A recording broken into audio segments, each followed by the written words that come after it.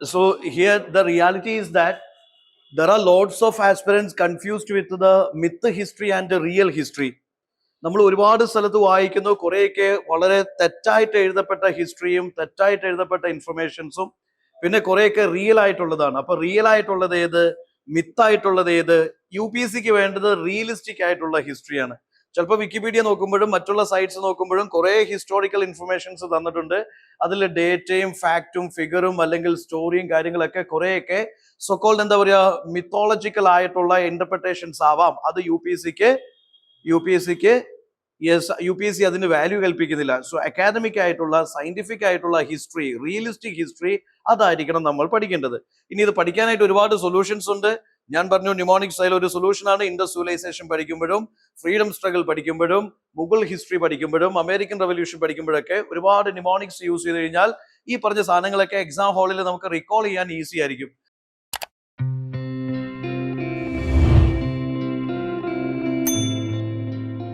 So coming to this Vedic literature for Vedas, Adar, yes, I go like this. Rishi Singh's Yajna arrives. Okay, Rishi Singh's Yajna arrives. That is the order of this, Samhidas. What are the Samhidas? Yes, Rigveda, Samaveda, Yajurveda, Atharva Veda. Okay, Rigveda, Samaveda, Yajurveda, Atharva Veda. Rigveda is the oldest and the most sacred of all Samhidas, Vedic Samhidas, and it contains the hymns in praise of various gods. Okay. Second is, you see, Samaveda Samhita, that is set in music for the purpose of singing while performing the sacrifices. Now, Yajurveda is dealing with the rules, the formulas of these, sacrifices, mantras, tantras. Atharvaveda is regarded as the work of the non-Aryans, or it deals with this, hypnotism or these magical spells and charms, etc. Okay. So, Rishi Singh's Yajna arrives. Rigveda Samhita, Samaveda Samhita, Yajurveda Samhita, Atharvaveda Samhita. Similar way, Rig started helping Ayyo. Again, you see, this is Rigveda Samhita, Samaveda Samhita, Yajurveda Samhita, Atharvaveda Samhita. Rigveda, you see, that is dealing with the hymns in praise of gods, hymns in praise of gods. That is the oldest one, most sacred one. Then Samaveda Samhita, where the hymns set into music or they set into these melodies for the purpose of singing while performing these, rituals or sacrifices. Am I right? Yes. Again, see, there is Yajurvedam, which is dealing with the procedure of performing sacrifices, the formulas, the rules and regulations regarding performing these various sacrifices. Then this Atharva Veda is dealing with that magical spells and charms and hypnotism, etc. Okay. So that is about these Vedas. Then the order of Vedic literature, Sabra, Ara and Uba. That means Samhita Sadar, Brahmana Sadar, Aranyaka Sadar, Upanishad. This is the order of Vedic literature. Okay, sages, book, air, Uba. എന്ന് വെച്ചാൽ Samhita Sadar, Brahmana Sadar, Aranyaka Sadar and Upanishads. Upanishads are Vedanta, that is end of the Vedas. Okay, then see 6 Vedanga Sadar. Yes, shy kids visit nearby candy jungle. That is Siksha, Kalpa, Vyakarana, Nirukta, Chandas, Jyotisha. These are known as Vedangas. These are known as Vedangas. Okay, 6 Vedangas. Okay, so this is the way you can use mnemonics in order to recollect these Vedic literature divisions. Okay, similar way, I will go for RVC versus LVC. You know what is RVC versus LVC? Rigvedic culture versus, yes, later Vedic culture. So coming to Rigvedic and later Vedic, some changes are there. Coming to this particular geography, Rigvedic people settled in the Sapta Sindhu region. Am I right? There are different theories regarding their migration. Arctic theory, Tibetan theory, Central Asian theory, Eastern European theory, Sapta Sindhu theory, different theories regarding their migration, their origin, etc. Now here, yes, these Aryan people, Rigvedic people, they settled down in this Sapta Sindhu region, Indus River, and on its tributaries, they settled down. So their geography is Sapta sphere, and LVC, they shifted to these Ganga basins. They shifted to Ganga basin. Then see social order. Rigvedic culture have soft varna. They're just occupational division, just to occupational hierarchies. But coming to this LVC, yes, there is, a proper varna system is followed. What is that? Brahmin, Kshatriya, Vaishya, Shudra. Brahmin, powered by this music or the scholarship, teaching and priestly classes. They are Brahmins, most topmost layer. Under them, Kshatriyas, ruling class. Then Vaishyas, production house. Then these Shudras, they are domestic servants. Am I right? Yeah, serving class. So Varna system becomes strong there. Deities, here they have Indra Mania. Indra is the most powerful god, Purandar, breaker of the fort, and the reign of this god of this rain and thunder. Am I right? Yes, Indra was the most important god, and here it become PVR words. What is PVR? PVR is PVR is Prajapati, Vishnu, Rudra. They become the senior most or topmost gods, in the LVC cult or LVC age. Then see assemblies. Assemblies here you could see that yes, loud crowd participation. Sabha, Samadhi, Gana, Vidada assemblies. Even women participation was also there. Sabha is the elderly assembly. Samadhi is the folk assembly. Different assemblies are equally important. Tribal assemblies, even they elected the Rajan. Am I right? But coming to this is Shushu assembly. This is no power for this assembly. Actually, here the most powerful is Raja himself. Raja by performing the royal sacrifices, Vajapayam, Ashwamedham, or what is next? Rajasuyam. That type of the royal sacrifices they performed, and Raja become powerful. Assemblies lost their importance. Then see, coming to economy, this is cow economy. Okay, that means cow is the most important form of wealth, and it is pastoralism, cattle rearing, cattle breeding. But coming to this is rice economy, this is agriculture, LVC. Okay, then see metal, this is bronzy. Bronzy is, yeah, this bronze, copper kind of the metals used in RVC. But coming to LVC, it is irony. Irony means, yes, iron ores discovered, iron tools and implements made. With them, they cleared forest and they expanded cultivation, with which there is surplus in the production. Am I right? Yes. Now coming to kingship, this is light Raja or Raja light. That means Raja with the limited powers here. Okay, Raja with the limited powers. Take care of the cattle, take care of their babies. Okay, protect the babies or protect the cattle, take care of this war and all. You see, limited powers with Raja. Okay, but this is, this is sacred Raja, or Raja is powered by rituals and sacrifices. You see that divine kingship is there, or maybe these Brahmins, added more power to this Raja. So Raja is so powerful there. Then here sacrifices, this is Yajna light and there Yajna Pro Max. That means Yajna light means minimal Yajnas here. This vegetal or maybe fruit Yajnas, etc. Here Yajnas are so powerful under the presidency of this priest only, followed by rules and regulations, and animal sacrifices, animal or maybe that kind of the sacrifices, etc. become so strong here. Okay. So these are some differences between, yes, RVC versus LVC. Is it clear? So this kind of the keywords or terms you can use for easily recalling these, differences between RVC and LVC. Similar way, there is IVC versus this Vedic civilization, or Indus civilization versus Vedic civilization. This is also, ഇത് നമുക്ക് ഒരുപോലെ important ആണ്. Prelims പെർസ്പെക്റ്റീവിലും mains പെർസ്പെക്റ്റീവിലും ഒരുപോലെ important ആണ് ഈ comparisons, civilisational ഫീച്ചേഴ്സിന്റെ comparisons. Here you just look into the fact. See, Indus civilisation, the mature phase, you know that 2600 BC തൊട്ട് 1900 BC വരെയാണ്. ശരിയല്ലേ റെജിമ? ശരിയല്ലേ? 2600 BC തൊട്ട് 1900 BC വരെയാണ് അർബൻ നാഗരിക സിന്ധു നദീതട സംസ്കാരം എന്ന് പറയുന്നത്. ശരിയല്ലേ? ഇനി വേദിക് സിവിലൈസേഷന്റെ ഒരു കാലഘട്ടം എന്താണ്? 1500 BC തൊട്ട് 600 BC വരെ. അതിൽ 1500 BC തൊട്ട് 1000 BC വരെ ഉള്ളത് ഋഗ്വേദിക് കാലഘട്ടമാണെങ്കിൽ 1000 BC തൊട്ട് 600 BC അല്ലെങ്കിൽ 500 BC വരെ ഉള്ളത് ലേറ്റർ വേദിക് കാലഘട്ടമാണ്.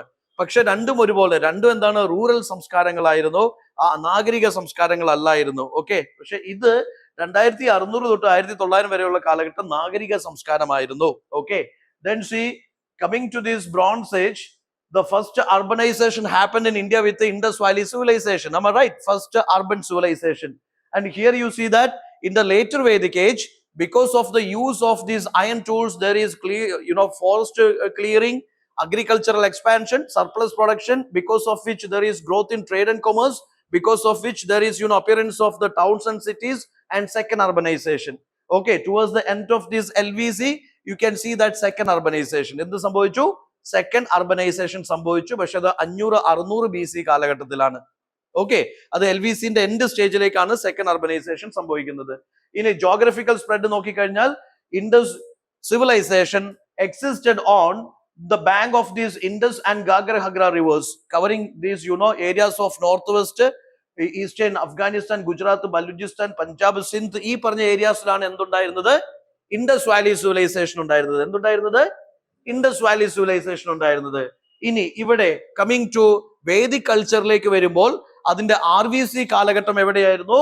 It is on the Sapta Sindhu region. It is on the Sapta Sindhu region. 1500 BC തൊട്ട് 1000 BC വരെയുള്ള കാലഘട്ടത്തിൽ ആര്യൻസ് ഈ കുതിരപ്പുറത്ത് വരുന്ന, യുദ്ധം ചെയ്യുന്ന, അല്ലെങ്കിൽ ഈ പറയുന്ന സോക്കോൾഡ് പാസ്റ്ററൽ എക്കണോമി ഫോളോ ചെയ്യുന്ന, ഗ്രാമങ്ങളിൽ താമസിക്കുന്ന, ട്രൈബായിട്ട് വന്ന് താമസിക്കുന്ന ഈ പറയുന്ന ആര്യൻസിന്റെ ആദ്യ കാലഘട്ടം സപ്ത സിന്ധു റീജിയൻസിലായിരുന്നു.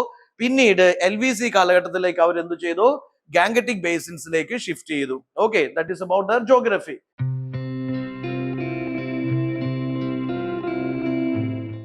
ഇനി സെറ്റിൽമെന്റ് പാറ്റേൺ നോക്കൂ. ഇവിടെ എന്തായിരുന്നു ഇവര് താമസിച്ചിരുന്നത്? ഇൻഡസ് പീപ്പിൾ താമസിച്ചിരുന്നത് അവർ ഈ പറയുന്ന നഗരങ്ങളിലായിരുന്നു. ശരിയല്ലേ? യു സി ഹഡപ്പ, മോഹൻജദാരോ, അല്ലെങ്കിൽ ലോത്തൽ, അല്ലെങ്കിൽ ഈ പറയുന്ന ബാക്കിയുള്ള സിറ്റീസ് ഒക്കെ നോക്കിക്കഴിഞ്ഞാൽ അതിനെല്ലാം ഒരു സിറ്റി പ്ലാനിങ് ഉണ്ട്. ശരിയല്ലേ? അവിടെ സിറ്റഡൽ ഉണ്ട്, ലോവർ ടൗൺ ഉണ്ട്, അല്ലെങ്കിൽ ഡ്രെയിനേജ് ഉണ്ട്, ബേൺഡ് ബ്രിക്സ് ഉപയോഗിച്ചിരിക്കുന്നു, ഗ്രേറ്റ് ബാത്ത് ഉണ്ട്, ഗ്രാനറീസ് ഉണ്ട്, കോളേജ് ബിൽഡിംഗ് ഉണ്ട്, അസംബ്ലി ഹാൾ ഉണ്ട്, ട്രേഡ് ഉണ്ട്. യു സി അപ്പൊ അങ്ങനെ എല്ലാ ഫീച്ചേഴ്സും കൂടി ടൗൺ പ്ലാനിങ്, ഡ്രെയിനേജ്, ഇതൊക്കെ കൂടിയിട്ടുള്ള നാഗരിക സംസ്കാരങ്ങളും അല്ലെങ്കിൽ സിറ്റി ലൈഫ് ഒക്കെ ആയിരുന്നു ഇൻഡസിനുണ്ടായിരുന്നത്. പക്ഷെ ഇവർക്ക് എന്തായിരുന്നു? വേദിക് ആര്യൻസിന്റെ സെറ്റിൽമെന്റ് പാറ്റേൺ എങ്ങനെയാണ്? They were in the rural pastoral villages. കന്നുകാലികളെ മേയിച്ച് അവരെ വളർത്തി സംരക്ഷിച്ച് ഗ്രാമങ്ങളിലാണ് ഇവർ ചേക്കേറിയിരുന്നത്, ഗ്രാമങ്ങളിലാണ് പാർത്തിരുന്നത്. പിന്നീട് LVC കാലഘട്ടത്തിലേക്ക് കൂടുതലായിട്ട് കൃഷിയിലേക്ക് തിരിഞ്ഞു. എന്തിലേക്ക് തിരിഞ്ഞു?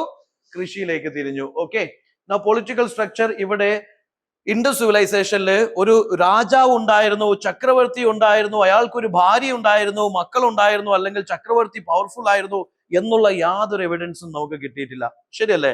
ഇവിടെ നമുക്ക് മോറോലെസ് use A collective cooperative authority. Yes, എന്താ പറയാ, ഓരോ സിറ്റിക്കും ഒരു ഗ്രൂപ്പ് ഓഫ് ആൾക്കാരായിരിക്കും ഗവൺമെന്റ് ആയിട്ട് വന്നിട്ടുണ്ടാവുക. ശരിയല്ലേ? ഓരോ സിറ്റിക്കും ഒരു ഗ്രൂപ്പ് ഓഫ് ആൾക്കാർ, കൈൻഡ് ഓഫ് ഒരു ഫെഡറൽ സിസ്റ്റം ആയിരിക്കാം. മേ ബി ഓരോ സിറ്റിക്കും ഓരോ ഗവൺമെന്റ് ഉണ്ടാവാം. ഇതിനെല്ലാം പ്രോപ്പർ ആയിട്ട് സെൻട്രലൈസ് ചെയ്യുന്ന ഒരു ചെയിൻ ഉണ്ടാവാം. എനിവേ, ഒരു സിംഗിൾ മൊണാർക്കി എന്നൊരു concept most of the historians ഇവിടെ തള്ളിക്കളയുന്നു. ഇനി കമ്മിങ് ടു വേദിക് ഏജിലേക്ക് വരികയാണെങ്കിൽ RVC കാലഘട്ടത്തിൽ ട്രൈബൽ ചീഫ് ഉണ്ടായിരുന്നു, രാജനായിട്ട്. ട്രൈബൽ ചീഫിനെയാണ് എന്തെന്ന് വിളിക്കുന്നത്? രാജൻ എന്ന് വിളിക്കുന്നത്. അദ്ദേഹത്തിന് ലിമിറ്റഡ് പവേഴ്സേ ഉള്ളൂ. നൗ ലേറ്റർ വേദിക്കിലേക്ക് ചെല്ലുമ്പോഴത്തേക്കും അവിടെ നമുക്ക് കാണാൻ പറ്റും രാജന്റെ പവർ കൂടുന്നു. അദ്ദേഹത്തിന്റെ സോവറിനിറ്റി അദ്ദേഹം എന്ന് വെച്ചാല് അദ്ദേഹം ക്ലെയിം ചെയ്യുന്നു. അദ്ദേഹം ഈ പറഞ്ഞ റോയൽ സാക്രിഫൈസസ് ഒക്കെ നടത്തി എല്ലാവരുടെ മേലെ അധികാരം സ്ഥാപിക്കുന്നു. കുറേം കൂടി പവർഫുൾ ആയിട്ടുള്ള രാജാവും അല്ലെങ്കിൽ രാജവംശം, കിങ്ഡം, ഇങ്ങനെയുള്ള കോൺസെപ്റ്റ് ഒക്കെ LVCയിൽ ഉദയം ചെയ്യുന്നു. RVCയിൽ ഒരു പാവം രാജ ലൈറ്റ് വിത്ത് ലിമിറ്റഡ് പവേഴ്സ്. അവിടെ ട്രൈബൽ അസംബ്ലീസ് കുറേം കൂടി പവർഫുൾ ആയിരുന്നു. പക്ഷെ LVCയിലേക്ക് വരുമ്പോൾ ട്രൈബൽ അസംബ്ലീസിന്റെ പ്രാധാന്യം നശിക്കുന്നു, രാജാവ് കുറേം കൂടി പവർഫുൾ ആവുന്നു. നൗ സി അഡ്മിനിസ്ട്രേറ്റീവ് ഫീച്ചേഴ്സ് നോക്കുക. Uniform wage, standardized bricks, seals used for control possible guild like regulation.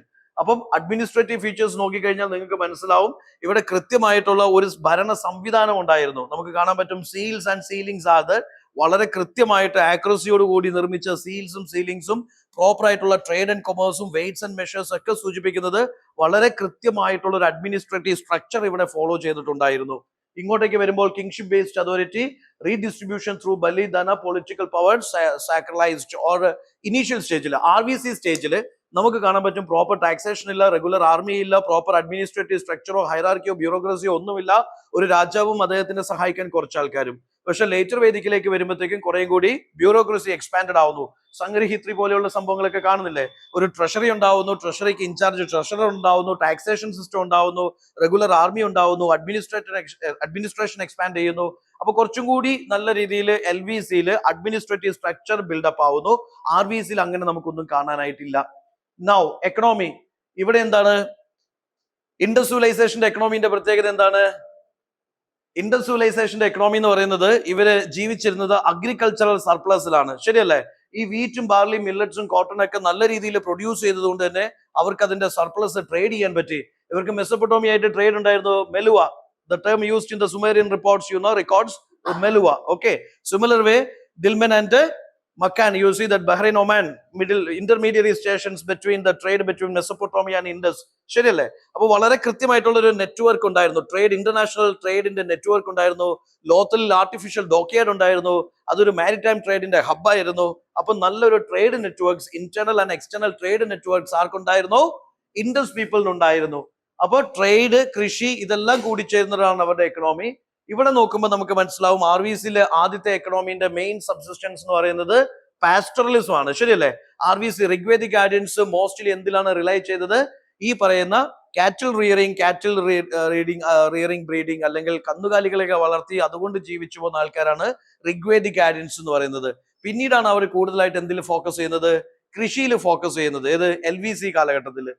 Now again you see craft and trade. ഇവിടെ bead making, metallurgy, pottery, textiles ഇതിന്റെ എല്ലാം ട്രേഡ് സിസ്റ്റം ഉണ്ടായിരുന്നു, industries ഉണ്ടായിരുന്നു. ചാഹുദാരോ ഒരു industrial hub ആയിരുന്നു. ശരിയല്ലേ? ഇനി ഇവിടെ നോക്കൂ, simple craft production, iron tools, weapons. LVCയിലേക്ക് വരുമ്പോൾ അയൺ ടൂൾസും അയൺ ഇംപ്ലിമെന്റ്സും വെപ്പൺസ് ഒക്കെ അവർ നിർമ്മിക്കുന്നു. Long distance trade with Mesopotamia, Oman, dockyard at Lothal, barter, local trade, limited external contacts. Social ഓർഗനൈസേഷനിലേക്ക് വരുമ്പോൾ urban class differentiation, citadel, lower town, but no varna system. ഇവിടെ എന്തുണ്ട്? വർണ്ണ സിസ്റ്റം ഉണ്ട്. അതും ലേറ്റർ വേദിക്കിലാണ് വർണ്ണ സിസ്റ്റം സ്ട്രോങ് ആവുന്നത്. ഇവിടെ ക്ലാസ് ഡിവിഷൻ ആണെങ്കിൽ ഇവിടെ എന്താണ്? കാസ്റ്റ് ഡിവിഷൻ ആണ്. പക്ഷേ ഈ കാസ്റ്റ് ഡിവിഷൻ, വർണ്ണ സിസ്റ്റത്തിന്റെ ഉദയം എന്ന് പറയുന്നത് പല ഓക്യുപ്പേഷൻസിന് വേണ്ടി പല ആൾക്കാരെന്നുള്ള കോൺസെപ്റ്റ് ആയിരുന്നു. പിന്നീടാണ് അതൊരു വാട്ടർ ടൈറ്റ് കമ്പാർട്ട്മെന്റ് ആയിട്ട് മാറുന്നത്. ഇനി ഇവിടെ നോക്കൂ, mother goddess cult, women possibly involve in rituals and role uncertain. Anyway, Indus സിവിലൈസേഷനെ കുറിച്ച് സംസാരിക്കുമ്പോൾ ഒരു കാര്യം ക്ലിയർ ആണ്, അവിടെ സ്ത്രീക്ക് കുറച്ച് പ്രാധാന്യം ഉണ്ടായിരുന്നു, അല്ലെങ്കിൽ സ്ത്രീയുടെ പൊസിഷൻ കുറച്ചും കൂടി ബെറ്റർ ആയിരുന്നു. എന്താ പറയാ, ബ്രോൺസ് ഇമേജ്, ഡാൻസിങ് ഗേൾ. ശരിയല്ലേ? അവിടെ ഫെർട്ടിലിറ്റി കൾട്ട് ഉണ്ടായിരുന്നു, മദർ ഗോഡസ് വർഷിപ്പ് ഉണ്ടായിരുന്നു. അല്ലെങ്കിൽ against women is not inferior, almost equal to men position എന്നുള്ളതാണ് ഒരുപാട് ഹിസ്റ്റോറിയൻസ് പറയുന്നത്. എങ്കിൽ പോലും വിമന്റെ എക്സാക്ട് റോൾ എന്താന്നുള്ളത് നമുക്ക് ഇപ്പോഴും ക്ലിയർ ആയിട്ടില്ല. ഈ സ്ക്രിപ്റ്റ് ഒന്നും ഇപ്പോഴും ഡിസിഫർ ആയിട്ടില്ല എന്നുള്ളതാണ് റിയാലിറ്റി. ഇനി ഒരു മറ്റൊരു സൈഡിലേക്ക് ചിന്തിക്കുമ്പോഴത്തേക്ക് നിങ്ങൾക്ക് കാണാൻ പറ്റും ഇവിടുത്തെ പ്രത്യേകത എന്താന്ന് വെച്ചാല്, ഈ പറയുന്ന നമ്മുടെ സോക്കോൾഡ് എന്താണ് ഋഗ്വേദിക് കാലഘട്ടത്തെ കുറിച്ച് പറയുമ്പോൾ നമുക്ക് പറയാൻ പറ്റും, അവിടെ ഋഗ്വേദിക് കാലഘട്ടത്തില് RVC കാലഘട്ടത്തിൽ വിമൻ പൊസിഷൻ ബെറ്റർ ആയിരുന്നു. വിമൻ പൊസിഷൻ എന്തായിരുന്നു? ബെറ്റർ ആയിരുന്നു. പക്ഷെ LVCയിലേക്ക് വന്നപ്പോഴത്തേക്കും വിമൻ പൊസിഷൻ എന്ത് ചെയ്തു? ഇടിഞ്ഞുപോയി. ശരിയല്ലേ? Now again you see religion, fertility cult worship ഉണ്ട്, പ്രോട്ടോശിവ വർഷിപ്പ് ഉണ്ട്, മദർ ഗോഡസ് വർഷിപ്പ് ഉണ്ട്, ഫയർ അൽത്താർ ഉണ്ട്, ഹോമകുണ്ടം കോൺസെപ്റ്റ് ഇല്ലേ, അങ്ങനത്തെ റിച്വൽസ് ഉണ്ട്. ഇതൊക്കെ എവിടെയുണ്ട്? ഇൻഡസ് സിവിലൈസേഷനിലുണ്ട്. പക്ഷെ നമ്മുടെ വേദിക് സിവിലൈസേഷനിലേക്ക് വരുമ്പോൾ നിങ്ങൾക്ക് കാണാൻ പറ്റും അവിടെ നാച്ചുറൽ ഫോഴ്സസിനെ അവര് പേഴ്സണിഫൈ ചെയ്യുകയും ആരാധിക്കുകയും ചെയ്തിരുന്നു. അതിനുശേഷം LVCയിലേക്ക് വരുമ്പോൾ ഈ ഇന്ദ്ര, അഗ്നി, വരുണ, സോമ ഗോഡ്സ് ഒക്കെ എന്തായിട്ട് മാറുന്നു? പ്രജാപതി, വിഷ്ണു, രുദ്ര പോലുള്ള ഗോഡ്സ് ആയിട്ട്, ഇമ്പോർട്ടന്റ് ഗോഡ്സ് അവരിലേക്ക് മാറുന്നു. അതുപോലെ തന്നെ പ്രീസ്റ്റ് ആണ് പിന്നെ പൂജാസ് ചെയ്യുന്നത്, റിച്വൽസും സാക്രിഫൈസസും ഒക്കെ ഹെഡ് ചെയ്യുന്നത് പ്രീസ്റ്റ് ആണ്. അതിന് റൂൾസും ഉണ്ട്. പക്ഷെ ആ റൂൾസ് എന്തിനു വേണ്ടിയിട്ടാണോ എന്ന് ആർക്കും അറിയത്തില്ല. ശരിയല്ലേ? അപ്പോൾ യു സീ ദാറ്റ് അവർ പറയുന്നത് പോലെയാണ് പിന്നെ കാര്യങ്ങൾ സെറ്റ് ആവുന്നത്. സോ അങ്ങനെയുള്ള കാര്യങ്ങൾ ശ്രദ്ധിക്കുക. കുറെ കൂടി റിലീജിയൻ കോംപ്ലക്സ് ആവുന്നു, പ്രീസ്റ്റിന്റെ ഡൊമിനൻസ് വരുന്നു, റിച്വൽസും സാക്രിഫൈസിന്റെ ഒക്കെ അതിപ്രസരം ഉണ്ടാവുന്നു. ഓക്കെ, സിമ്പിൾ റിലീജിയൻ കോൺസെപ്റ്റ് മാറുന്നു. No art and architecture, bronze, dancing girl, terracotta figurine, seals, citadel, granaries. ഇവിടെ chariots, weapons, iron tools, Vedic hymns. See അതെല്ലാം ആർട്ട് ആർക്കിടെക്ചറിന്റെ ടെസ്റ്റിമോണിയൽസ് ആണ്. ഇവിടെ ഇൻഡസ് സിവിലൈസേഷന്റെ ടെസ്റ്റിമോണിയൽസ്, ഇവിടെ വേദിക് സിവിലൈസേഷന്റെ ടെസ്റ്റിമോണിയൽസ്. ഓക്കെ, ഇവിടെ writing and knowledge, Indus script നമുക്ക് കാണാൻ പറ്റും. സീലിലൊക്കെ സ്ക്രിപ്റ്റ് കണ്ടിട്ടുണ്ട്, സൈൻ ബോർഡും അങ്ങനെയുള്ള സംഭവങ്ങളൊക്കെ ഉണ്ട്. പക്ഷെ എന്താണ് എഴുതി പിടിപ്പിച്ചേക്കുന്നത് എന്നുള്ളത് ഇതുവരെ നമുക്ക് മനസ്സിലായിട്ടില്ല. ഇവിടെ എന്താന്ന് വെച്ചാല് ഇവരെ കുറിച്ച് നമുക്ക് ഇവരുടെ സ്ക്രിപ്റ്റ് ഒന്നും നമ്മൾ കണ്ടെത്തിയിട്ടില്ല. ഇവർക്ക് മെയിൻ ആയിട്ട് ഓറൽ ട്രഡീഷൻ ആണ്. ഇവരെന്താന്ന് വെച്ചാല് ഈ പറയുന്ന എന്താ പറയാ വായ്മൊഴിയായിട്ടും വരമൊഴിയായിട്ടൊക്കെ ഈ എന്താ പറയാ നോളജ് കൈമാറ്റം ചെയ്തു പോകുന്നു. ഇവർ സംസാരിച്ചിരുന്ന ഭാഷ സാൻസ്ക്രിറ്റ് ആണ്. പക്ഷെ ഇവർക്ക് എഴുത്തും വായനയും അറിയാമായിരുന്നു എന്നുള്ളത് ഇപ്പോഴും കൺഫ്യൂസ്ഡ് ആണ്. ഇവർക്ക് എഴുത്തും വായനയും അറിയാമായിരുന്നു. ഓക്കെ, നൗ സി പറയുന്നത് no script used by Vedic people. പക്ഷെ അവർ സംസാരിച്ച ഭാഷ ഏതാണ്? Indo European language Sanskrit. ഇവർ ഏത് ഭാഷയാണ് സംസാരിച്ചത് ഇപ്പോഴും നമുക്ക് മനസ്സിലായിട്ടില്ല. പക്ഷെ ഇവർക്ക് എഴുത്തും വായനയും അറിയാമായിരുന്നു, അല്ലെങ്കിൽ ഇവർക്ക് സ്ക്രിപ്റ്റ് ഉണ്ടായിരുന്നു. Now see science and technology, accurates, weights and measures, hydraulic power or ഈ പറയുന്ന മെറ്റലർജി, ഇതിലൊക്കെ ഇവർ അഡ്വാൻസ്ഡ് ആണ്. വെയ്റ്റ്സ് ആൻഡ് മെഷേഴ്സ് ഇവർ അയൺ ടെക്നോളജിയിൽ അഡ്വാൻസ്ഡ് ആണ്. അസ്ട്രോണമിയിൽ അഡ്വാൻസ്ഡ് ആണ്, അല്ലെങ്കിൽ വേദിക് ലിറ്ററേച്ചറിൽ അവരുടെ അസ്ട്രോണമിക്കൽ ഫൈൻഡിങ്സിനെ കുറിച്ചൊക്കെ പ്രതിപാദിക്കുന്നു. ഓക്കെ, അപ്പൊ ഇതൊരു കമ്പാരിസൺ ആണ്. ഈ കമ്പാരിസൺ നമുക്ക് പ്രിലിംസിന് ഉപയോഗിക്കാം, മെയിൻസിന് ഉപയോഗിക്കാം, ഹിസ്റ്ററി ഓപ്ഷനിൽ ഉപയോഗിക്കാം. ഓക്കെ, അപ്പോൾ ഈ എക്സാക്ട് ഫാക്ട് ഓറിയന്റഡ് ആയിട്ടും കോൺസെപ്റ്റ് ഓറിയന്റഡ് ആയിട്ടും നമ്മൾ ഹിസ്റ്ററി പഠിച്ചു കഴിഞ്ഞാൽ നമ്മുടെ ഹിസ്റ്ററി പഠനം വളരെ ഈസിയാണ്.